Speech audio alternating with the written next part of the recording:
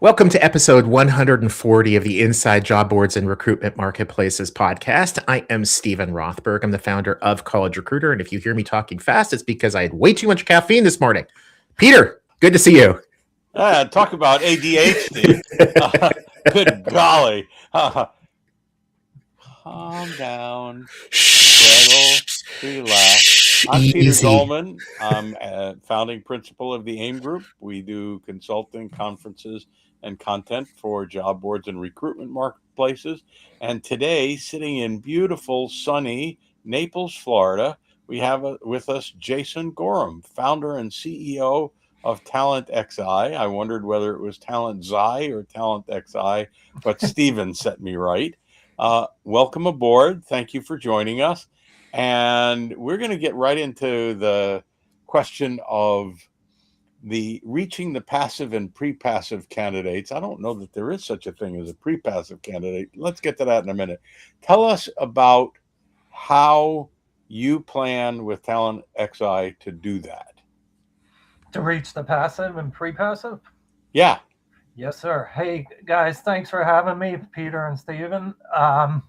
So we do true programmatic. I'm gonna throw some words out at you that are different for our industry, but we actually reach passive and pre-passive using programmatic advertising. So we don't distribute jobs. We have taken a page out of the marketing playbook, and we use tools like the DSP.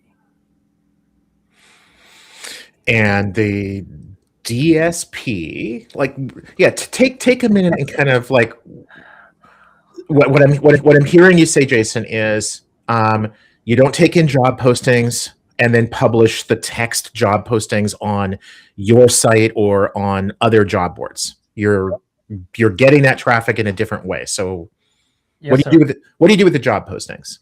Yeah, so we do not distribute job postings because mainly of fraud. That's one reason, but we also hyper personalize. So we turn a job posting into a job ad. And then we build an audience before anything goes live. We have a great AI media planner tool that tells us exactly the audience that job should be served to. We build an ad, and then that ad goes into the DSP. So the DSP is a demand side platform. And these are things like the trade desk. So the trade desk is, I believe it's the largest DSP in the world. And then you have StackAdapt and Amazon. But I don't know how those stack rank. My co-founder knows that. But yeah. So the ads you're talking about are display ads. They're graphics. Correct, but we do full omni-channel. We do inline content, we do display ads, we do connected TV, we do digital out of home, in-game, and audio podcasts. So in-game is fascinating. Are you able to insert ads into things like Roblox or Minecraft or those sorts of things? You got it, sir. It's interesting because target nerd. Yeah. Well, we get even more specific than that, right? Like age group, demographic. We stack all of our data together, and I spend more time in the ad tech, martech world than I spend in the HR tech world. Electronic Arts just came out with their in-game platform. So coincidentally, guess what else is coming out? College football for EA Sports. So there you go. Now you worked for a big bank and for several other companies as a talent acquisition specialist. Is this an outgrowth of what you did there? You said to yourself, if only I could. It's actually so I don't think Peter knows that. So I invented programmatic job advertising. It's actually, I started in 2003. I did Google pay-per-click. And sorry, I just got my hair cut yesterday, and it's not all. You're looking sexy as hell. So Peter, especially compared to the two of us. But Well, that bar is pretty low. so not getting in my Wayback Time machine, but in 2003, I did pay-per-click. I then filed a provisional patent. I was awarded the patent in 2007. The patent is called an integrated online job recruitment system. I sold that patent in 2013, or excuse me, I was awarded the patent in 2007. I sold it in 2013. And so, so that's, and then somebody in the industry around that time said the word programmatic job advertising, and it stuck within our industry, but it's not true programmatic. So this is an outgrowth of, where'd the idea come from? In December of 2023, so to your point, I went back in-house as a practitioner. I'm a Workday SME. I've implemented Phenon.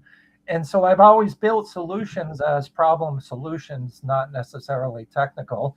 And in December of 23, I started thinking there's still got to be a better product to serve the right ad to the right person at the right time. And I started just digging into MarTech, AdTech, programmatic, and realized that we can do it. And so we went, so lots of work since December of 23. In March of this year, we got our first customer. And I never knew that fraud would take off as much as it has. So Jason loves fraud. I'm just kidding. So, are you talking about frog or fraud? Yeah, well, yeah, when you're in France and you're having frog legs, College Recruiter, it just, full disclosure, we're working on a pilot with TalentXi.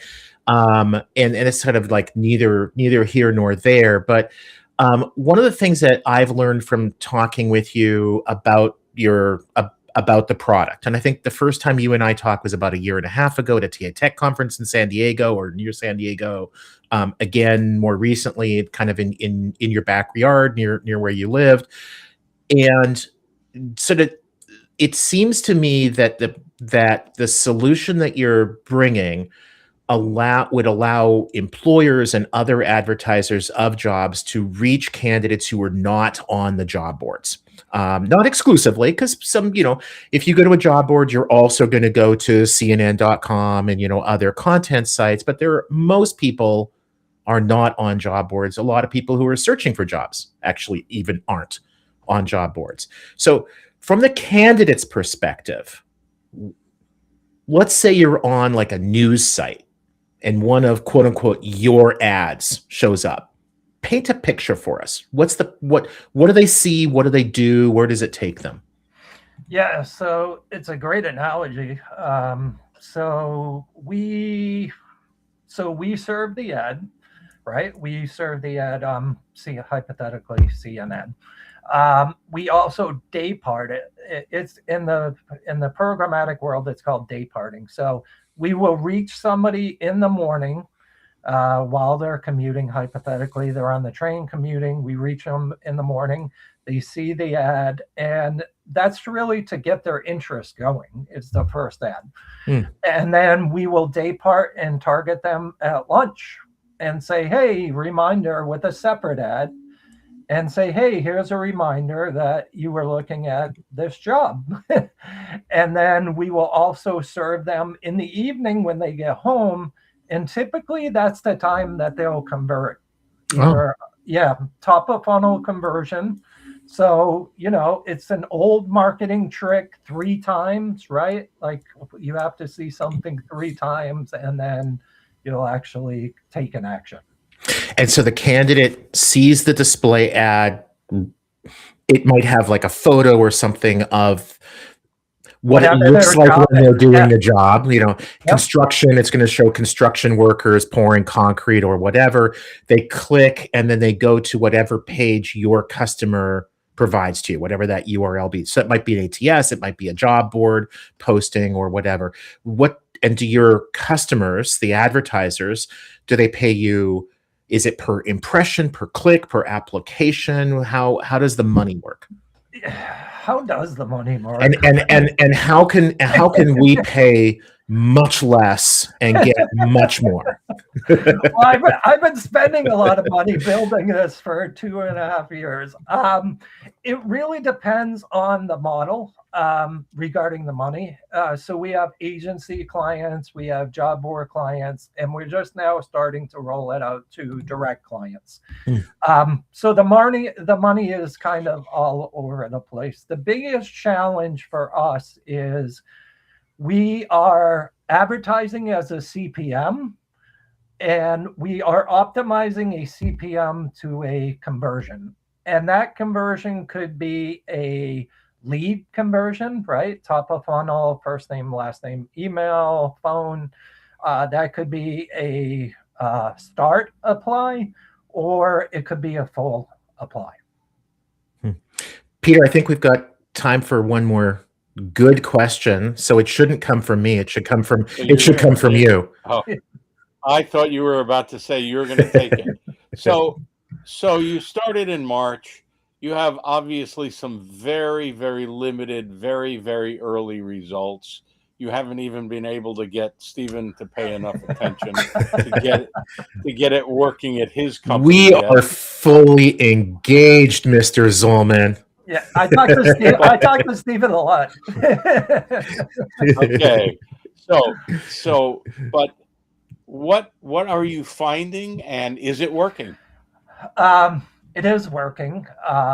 And my co-founder actually comes from programmatic digital ad agency. So he is the equivalent of me in that world. And I'm going to share a funny story because we're all friends here. He said to me back in March, he said, I didn't know if this was going to work. And I said, what do you mean you didn't know if this was going to work? And he said, I'm really impressed. And I said, well, thank you. I build pretty good stuff. So what we are finding, our early findings are that it works. We are releasing our first case study for healthcare next week. Actually, back to back. Sorry. We're releasing back-to-back case studies. We do find that if everything is in place, that it works, and we've been actually able to capture 2 times ROAS, which is return on ad spend. One of the other things that's really interesting is we capture pre-passive candidates. And if you guys have never heard of that, I was literally on the call with the head of TA and said that word. So you got 15 seconds to say what is a pre-passive candidate, because by definition, anybody who isn't a candidate is a passive candidate. So you got 15 seconds. A nurse goes into Amazon, types in is getting their licensing or their certifications. They type in Amazon to find a book to help them study to get their certifications. We serve them a job ad. When they find that book, they click apply, and we capture them. Got it. Okay, that makes sense for pre-passive. Very cool. Stephen, it has been fun. It has been pleasure. I'm glad you settled down from the beginning because you were a wild man today. Jason, from what Stephen tells me, you are always a wild man. You're down the block from me. I'm in Orlando. You're in Naples. One of these times when you're driving through, shoot me a note and we'll catch up. Perfect. Thank you, gentlemen. On that note, thank you very gentlemen. Me too. Thanks very much. He's clearly thinking he's on a different podcast because he called us gentlemen. Have a good day, guys. Cheers. Thanks, Jason. Thanks, Peter. Bye.